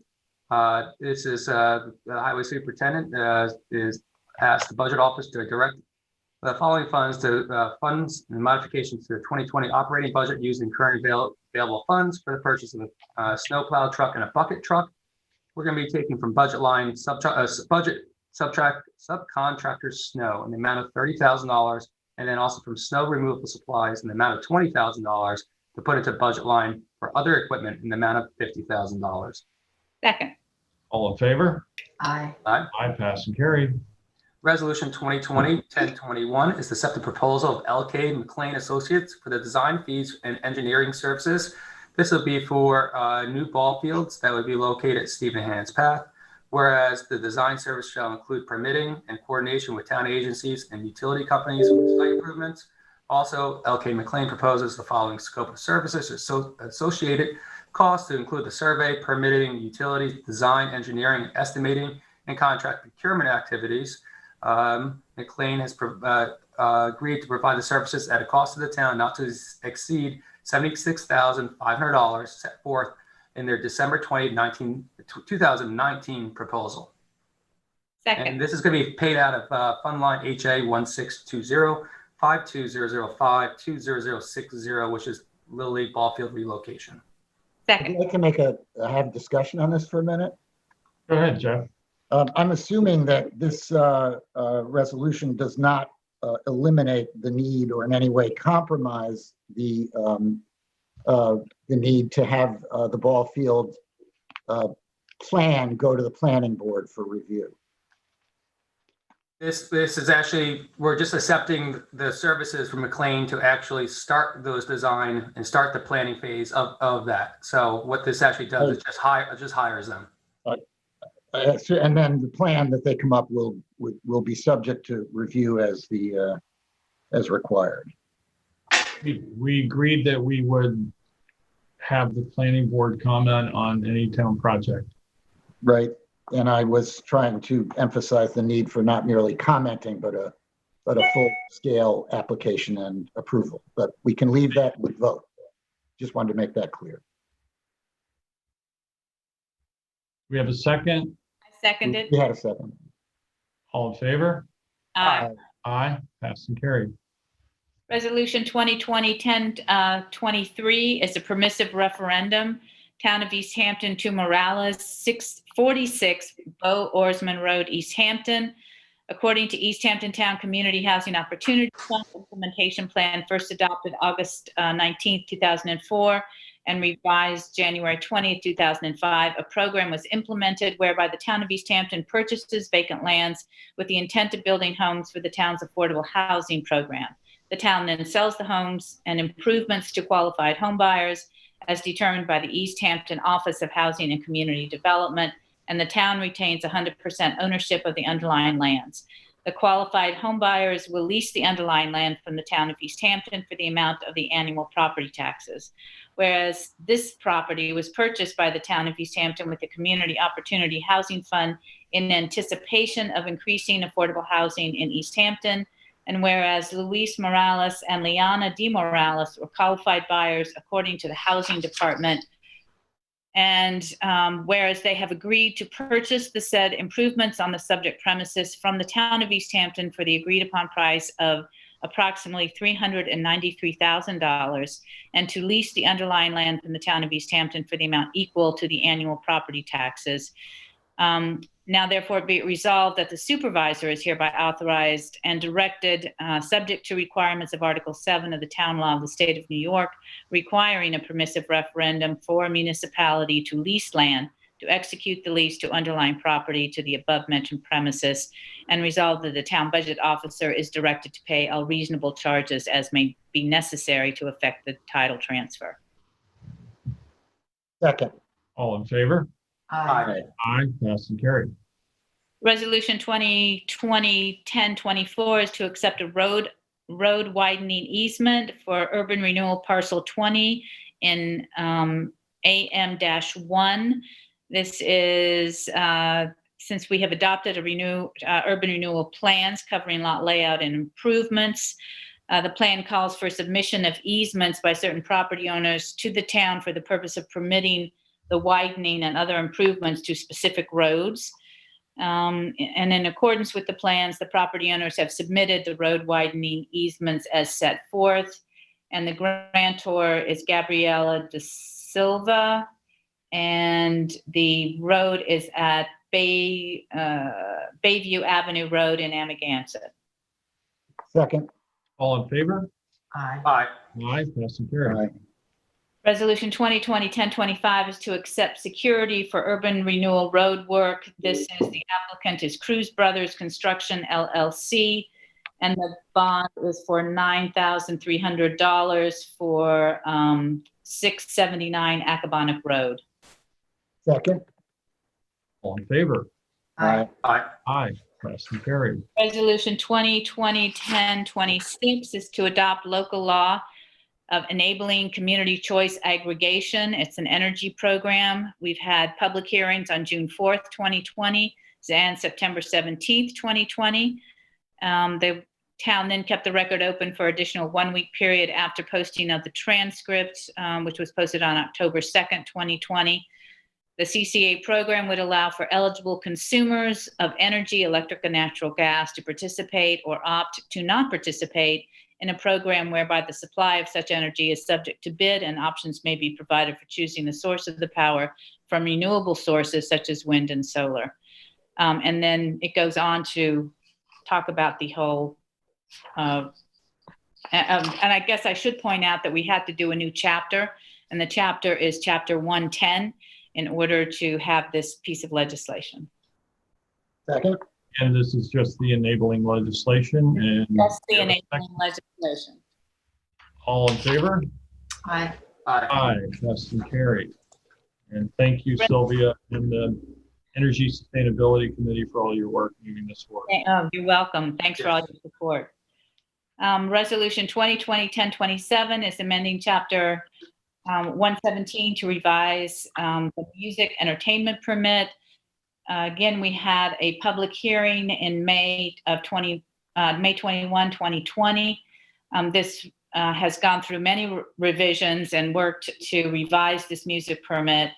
The business community worked on it, and we had public comments that were favorable, and so now is the time for us to put this into effect. Second. All in favor? Point of discussion on this, if you don't mind. Sylvia and Peter, I think this legislation is just what perfect government is. You go out, you know that we need to do something for this permit, but at the same time, we amend, we adapt, we listen to the public, we listen to other board members to get the same result. I think it's good government at work, and I commend both of you for bringing this forward, and the business committee for bringing them in. This is how government's supposed to be right now. We listened to everyone on this, and I think it took years, over a year, more than a year and a half to do so. But I think you got good legislation, so I commend you, Sylvia. Thank you very much. Oh, thanks, David. It took a little longer than we hoped, but we did have a lot of participation, and that's what makes it better. It always makes it better. So thanks. Thank you. And all in favor? Aye. Aye, passed and carried. 2020-1028 is to release the security for an urban renewal road work in urban renewal parcel 19 and SP-4-2. The applicant was Samantha Moser at 55 Gardner's Lane, and the security was for $13,500. Second. All in favor? Aye. Aye. Resolution 2020-1029 is a budget modification for the planning department, moving full-time salaries in the amount of $16,000 to budget line part-time salaries in the amount of $16,000. Second. All in favor? Aye. Passed and carried. Resolution 2020-1030 is to authorize payment of Barbara Thomas for consulting graphic design and Photoshop artwork for the Anti-Bias Task Force bumper sticker contest. She's the one that, the bumper sticker is out. Somebody put it up on the front of Town Hall. Thank you, the doors. And I get whoever is in Town Hall, I'm giving them out to. So those of you who don't have it and would like to have a bumper sticker that says we're all in the same boat, please come by and pick them up. Jean Hudson has them at her desk. And the amount for her to do this prep work so that we could have it printed was $150. And I want to thank Barbara Thomas very much for doing that. Second. All in favor? Aye. Aye. Aye, passed and carried. 2020-1031 is Way Accept Grant of Scenic and Conservation Easement. This was for Phillip Way at 252 Girard Drive in Springs, and the reviewing agency was Zoning Board of Appeals. Second. All in favor? Aye. Aye. Aye, passed and carried. Resolution 2020-1032 was 90-35 Holding Corp. To accept the grant of a scenic easement. This scenic easement is at 113 South Edgemere Street in Montauk, and the reviewing agency was Zoning Board of Appeals. Second. All in favor? Aye. Aye, passed and carried. Resolution 2020-1033 was Herman accept grant of a scenic and conservation easement. This was for Stephanie Herman at 62 Fireplace Road in Montauk. And again, the reviewing agency was Zoning Board of Appeals. Second. All in favor? Aye. Aye. Aye, passed and carried. 2020-1034 is yet another grant, accept a grant of a scenic and conservation easement from Spain. Julie Spain is at 27 Clamshell Avenue, East Hampton, and the reviewing agency was Zoning Board of Appeals. Second. All in favor? Aye. Aye. Aye, passed and carried. 2020-1035 is to retain engineer for Camp Hero, DB Bennett. This is improvements to the facilities of the Camp Hero Sewer District. DB Bennett, PE, has submitted a proposal dated October 24th, 2020 to prepare the specifications for bidding and monitor construction of said project. A total amount would not exceed $7,000, and the principal engineer would receive $185 an hour, and the project engineer $105 an hour. Second. All in favor? Aye. Aye. Aye, passed and carried. Resolution 2020-1036 is a budget transfer for the Manor, I think they meant Manor House Utilities, or Manor, they've got Manor Home, I don't know if you want to change that. And that is moving $200 from heating to light and power in the same amount, $200. Second. All in favor? Aye.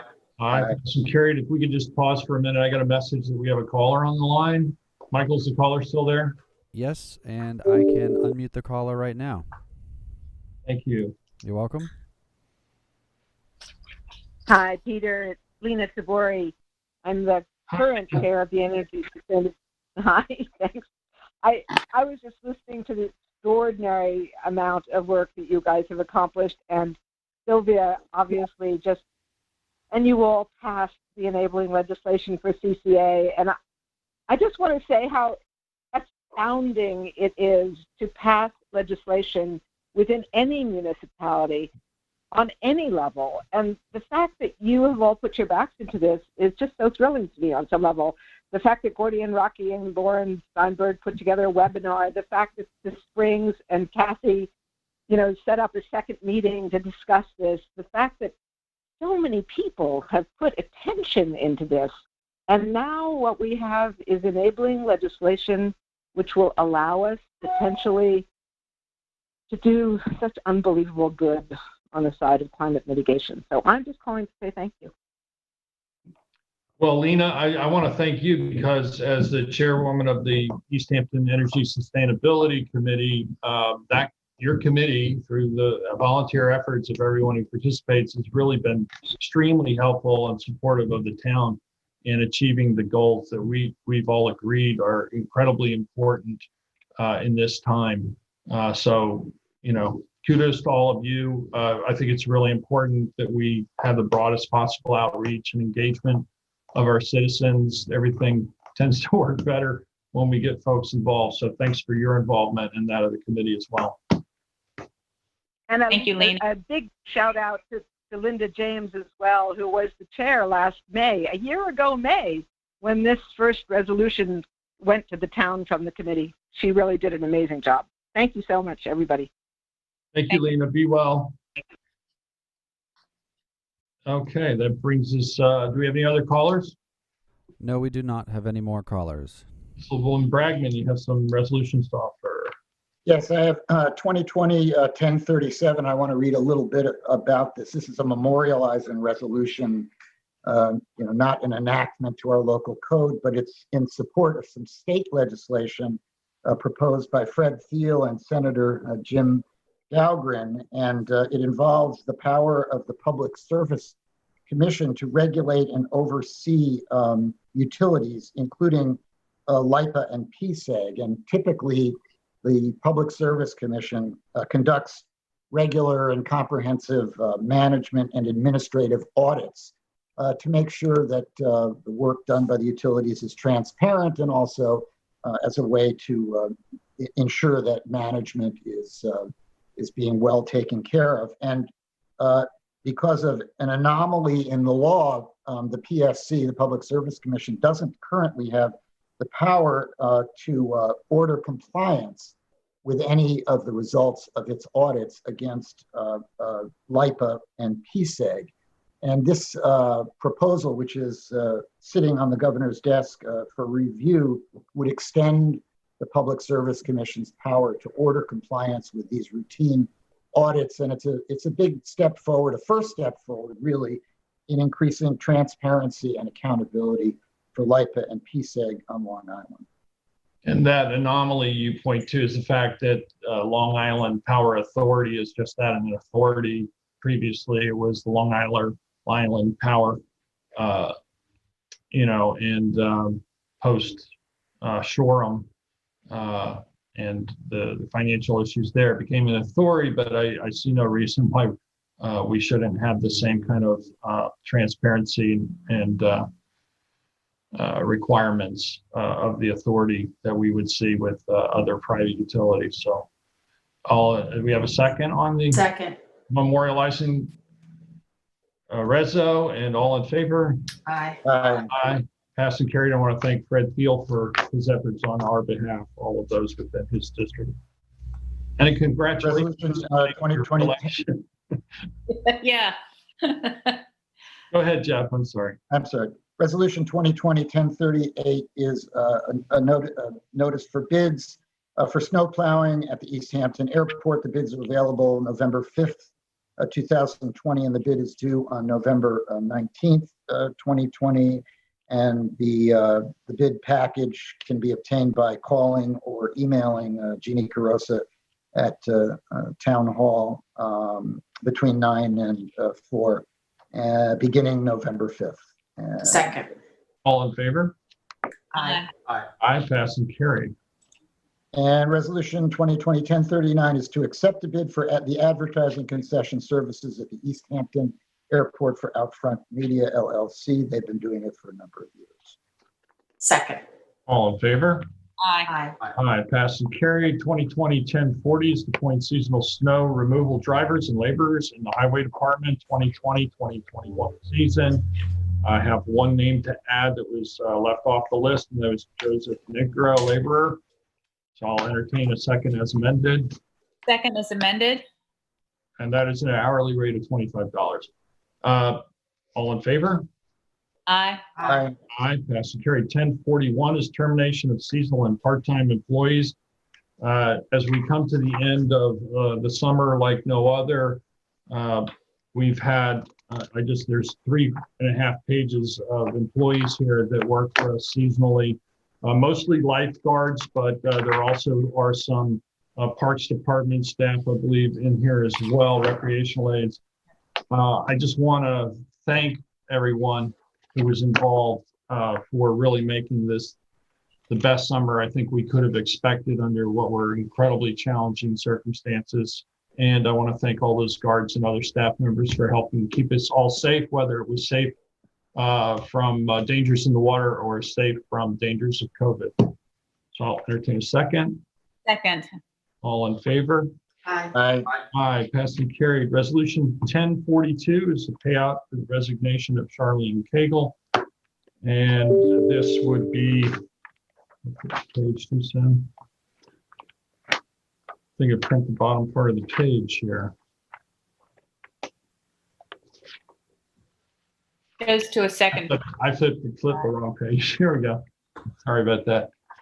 This is resolved to pay final payout to Charlene Cagle, the gross amount of $43,418.54. And at this point, I also want to thank Charlene for her decade of service to the town of East Hampton as chief financial auditor. She was an integral part of the town's recovery from the financial crisis, and we wish her all the best. I echo those sentiments and second. All in favor? Aye. Aye. Passed and carried. 2020-1043 is notary license renewal for Sergeant Wayne Mott in the amount of $60. Second. All in favor? Aye. Aye. Passed and carried. Budget modification, safety inspection buildings. This is moving $5,000 from full-time salaries to $5,000 in overtime. Second. All in favor? Aye. Aye. Passed and carried. Resolution 1045 is modification to town attorney, and that is to add $100,000 to the revenue line, appropriated unreserved surplus, add $100,000 to the appropriation line town attorney outside professional. Second. All in favor? Aye. Aye, passed and carried. 1046 is a budget modification, finance, unemployment insurance, and that is for fiscal year 2020, and it's $20,000 from health insurance retirees to unemployment insurance. Second. All in favor? Aye. Passed and carried. 1047 is a budget modification, highway, and this is moved from subcontract costs in the amount of $500 to signs in the same amount. Second. All in favor? Aye. Aye. Passed and carried. Budget modification, sanitation, public works. This is moving $5,000 from outside professional to motor repair. Second. All in favor? Aye. Passed and carried. Resolution 1049 is budget modification, buildings and grounds. This is moving $815 from maintenance and contract generator to subcontracted costs in the same amount. Second. All in favor? Aye. Aye, passed and carried. Budget modification is 2020-1050. Budget modification moving $50,000 from health insurance to part-time police and $13,000 from health insurance to building maintenance for duct cleaning. Second. All in favor? Aye. Aye, passed and carried. 1051 is budget modification for the police department, moving $3,500 from training to medical supplies in the same amount. Second. All in favor? Aye. Aye, passed and carried. 1052 is budget modification, harbor master, and this has $15 moving from health insurance to part-time harbor masters, and from a different health insurance line, the amount of $14,000 to part-time harbor masters. And just want to correct in the original printing, the second line, part-time harbor masters, should be the same as the first in terms of budget number, A3125-51200. I don't know if your copies show that or not, but that was corrected today. Yeah, as corrected. Second. All in favor? Aye.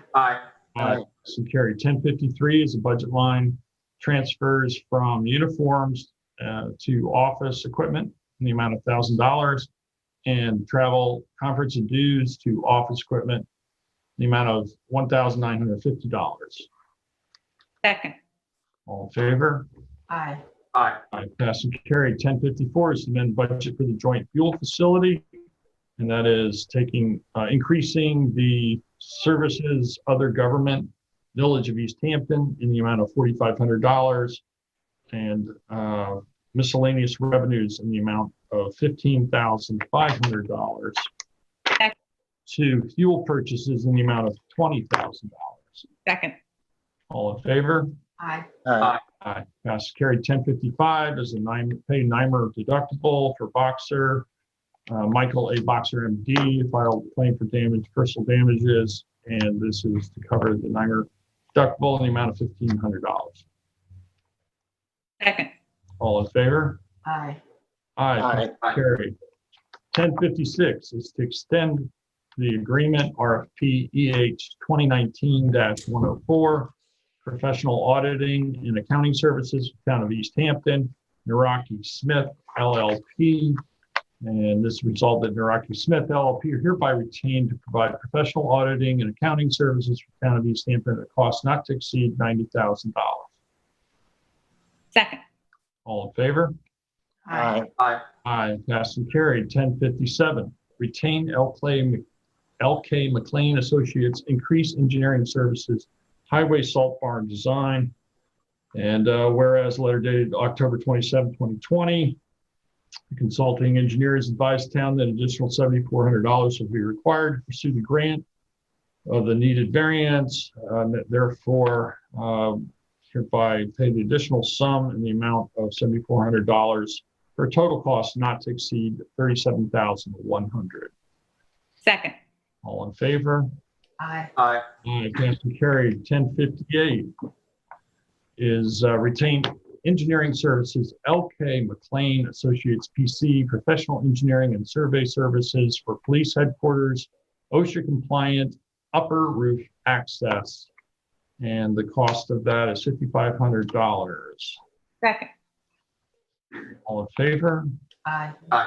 Aye, passed and carried. 1059 to retain LK McLean Associates engineering services, small projects, whereas the town requires professional services of an engineer for various small projects, where the anticipated cost for project for professional engineering services is not more than $5,000 per project.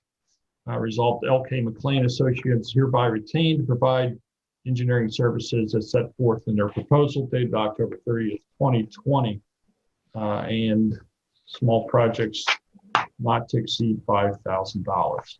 Second. And if we said the entire line is $30,000. All in favor? Aye. Aye. It passed and carried. 1060, authorize emergency maintenance, Gardner's Lane, whereas the highway superintendent has determined emergency maintenance is required for safe passage of vehicles. Town board hereby authorizes the approval of emergency maintenance on Gardner's Lane to be performed by the highway department. Second. All in favor? Aye. Aye. Aye, passed and carried. 1061 is to amend UR map URP 16 in EH 17. And this would result in terminating Edwards Avenue in a cul-de-sac approximately 170 feet west of Middle Highway, abandon the portion of Edwards Avenue east of the cul-de-sac, abandon Middle Highway between Edwards Avenue and Thomas Avenue, and provide designated access points for urban renewal parcels number 15, 16A, 16C, and 16D. And such modifications shall be shown on sketch entitled Proposed Old File Map Study, Map 501. Second. All in favor? Aye. Aye. And passed and carried. 2020-1062 is to accept bid number EH20-025, Radio Tower Montauk rebid, Procom Systems Incorporated, hereby accepted at the cost of $1,248,920 total cost. Second. All in favor? Aye. Aye. Aye. Passed and carried. 2020-1063 is approved service agreement with Motorola, December 2020 through March 2021, where Motorola Solutions is hereby retained to perform maintenance and repair services for certain communications equipment under the control of East Hampton Town Police Department for a period December 1st, 2020 through March 31st, 2021, at a cost not to exceed $80,795.80. And that the supervisor is hereby authorized to enter into an agreement with Motorola Solutions for the maintenance and repair services as set forth herein. Second. All in favor? Aye. Aye. Aye. Passed and carried. 1064 is 171 Acabonic LLC, accept grant of a large lot easement. Second. All in favor? Aye. Aye. Aye. Do we have any other resolutions bring before the board? Excuse me, I Mr. do not. Supervisor, if I may, there is a caller if you'd like to take one. Absolutely. Let's hear from the caller. Okay, I'll unmute the caller right now. Thank you. Hello, caller, you're live with the... Oh, hello. Hi there. Hello, Town Board. This is Jim Macmillan from Amagansett. I hope everyone's doing well. Hello, Jim. Good afternoon. How are you? Very well, thank you. Just two quick questions I have for you guys. I think at ACAC we had sent a letter asking about possibility of putting deer crossing signs on Bluff Road, and I'm just curious to see if you had a chance to discuss that and if that's going forward or not.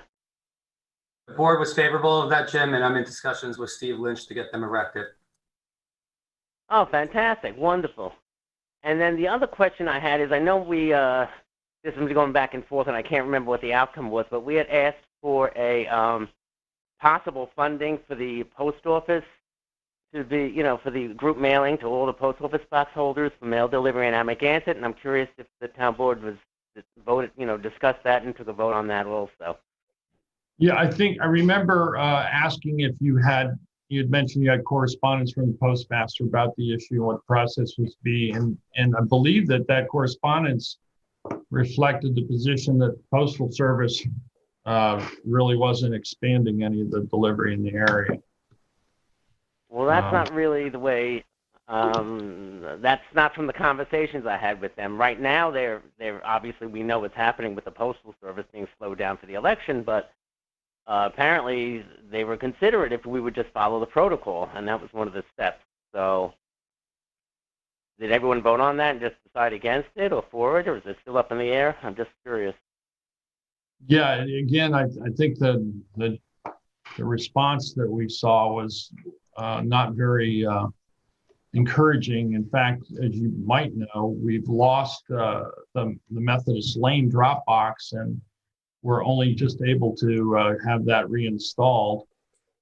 But I don't think they're planning on expanding the service. I'm just looking for the letter that reflects that.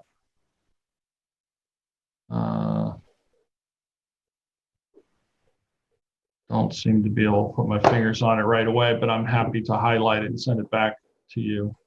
I'd like to see it too. I never saw that letter. I felt that, this was a very minor expense. It was like $280 or something to do a mailer to Amagansett. I don't see why we don't. Well, I don't want to spend even $250 if it's pointless. To me, that would be a waste. So again, I'll circulate this. All the information, I have the letter in front of me. I just have a hard copy of it that was sent out.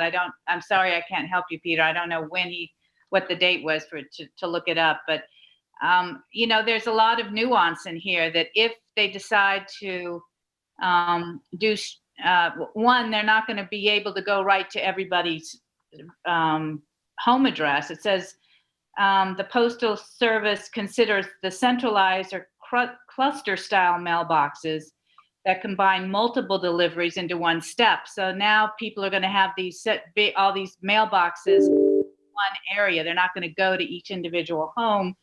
And that if you decide to have that kind of street delivery, then anyone else that wants a box will have to pay for their box. So right now they're free if you live in Amagansett. So there are nuances to this that I don't think have been fully vetted by the rest of the community. So if you're going to send a letter out, I'd have to see what you're telling the community, because they have to understand the full width and breadth of what's going on and what the post office is actually saying to you. This was a letter written to you, Jim, on July 31st, 2020 from Keith Facito, who is, I guess, from the Postal Service. On USPS paper. So I just think we need. It says the letter says. Allow me to speak to that just for a second. Okay. They had, when I spoke to them on the phone, they were saying the first step would be to get a huge amount of signatures to show that we need to go through with the rest of the steps. And some of those things that you're reading in there was explained that, for instance, like treescape development, condo developments like that, that's where they would cluster the boxes at the end of the street for that sort of thing. Or an unfinished road that they don't want to travel down. Like maybe a couple of streets in the dunes may not be able to have it because they're unpaved. And it would have to be at the end of the street. Those kind of things. Yeah, Jim, not that's every not the street way. would be clustered.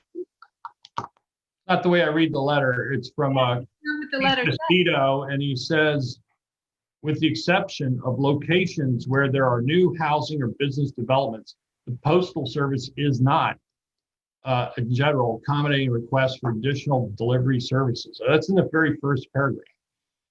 And then it goes on to talk about, it's more like, we're not going to do this, but if you want to, try and petition us, here's the process to do so. And I just, think given a couple of those issues, as Sylvia said, it would be clustering.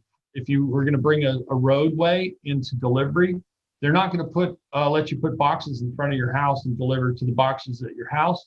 They're going to say, put a community post box like you see at some of the other larger apartment developments and whatnot. And that will be the location. And by the way, they're not going to deliver packages there.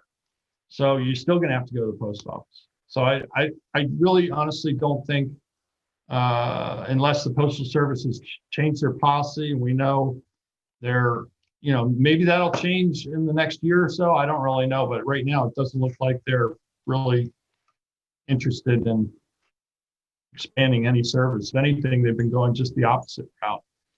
Peter, I'd like to see that letter. I've never seen it before. Should have been circulated. I sent it out to the whole town board. I did email it out to the whole town board. Yeah, and I appreciate, Jim, that you sent it out with the application, actually, that you'd have to fill out if you were trying to do this. But I just, because I live in Amagansett, I have heard other people talking about it. They don't understand the nuances of what this letter says. So, and I'm not sure when it says there will be doorstop deliveries are not authorized. So if you are doorstep, I'm sorry, I think I missaid that. So customers who enjoy frequent package deliveries, which is really the complaint at the Amagansett Post Office, are still regular visitors and will be to our post office for oversized or signature items. So, I think the package issue was certainly, standing in line and having to wait for the packages just to get them from the post office was certainly something that people didn't want to do during the height of COVID. And they still don't want to do it. Although I think the post office, the Amagansett Post Office has gotten a lot better. The last couple of months that I've been there is either a very short line or there's been no line in picking up a package. So I really they were originally just inundated due to COVID, and those processes have improved and whatnot. But to your question, Jeff, Jim sent this letter out to you on August 31st of 2020. Yeah, I can't, I'm just looking for it, and I may have archived it or something. If you wouldn't mind, I'd love if you could just. I'm happy to forward it again. Thank you. Yeah, no problem. We'll do it right now. Or I could resend it, whatever you like. All right, I just wanted to see if you had a chance to discuss it, because the phone conversations I actually had with them made it sound like only, again, signature required parcels or oversized, not all your regular stuff. And everybody I run into all saying, yes, we want home mail delivery. We want home mail delivery. Every single person. If they don't want it, you're allowed to keep it. Yes, you will have to pay for your box, but you have the option of keeping your box and not having home mail delivery.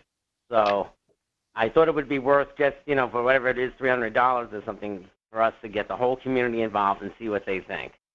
Yeah, and when they're overloaded with tons of signatures from the community saying they have an obligation to supply efficient and safe delivery, and people are feeling they're not getting that. So with an avalanche of signatures, I think that might have catapulted them into action if the demand was huge enough. That's the only reason we wanted to do the mailing. What they're going to sign up for. So how you're saying it, or how I think people at ACAC even envision it. So it would be something that I think everybody at ACAC needs to read as well. So Jeff, I sent the letter to you just now. Okay, because you sent, I have Jim's letter, but not the letter from the. It doesn't have the attachment. Should have an attachment with the letter from the. No, all I got from you is just Jim's letter, not the. Again, it should have. I don't know why you're not getting the attachment. It's sent. I'll try it again.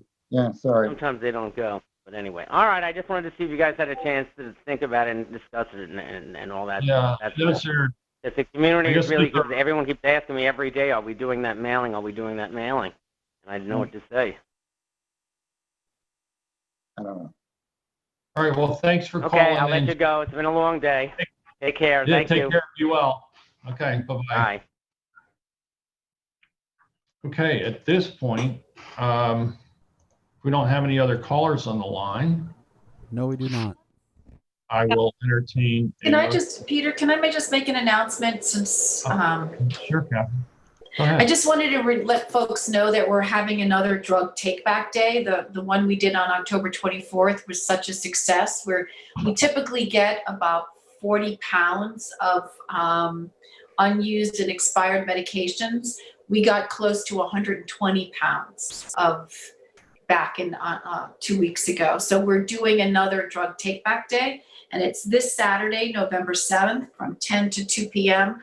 And they're in the back parking lot of East Hampton Town Hall. And we're accepting prescription medication, over-the-counter medications, and medications for household pets. We can't accept liquid medications or needles or business or professional waste. So I hope folks will take advantage, as everybody during COVID has cleaned out every nook and cranny and closet and medicine cabinet.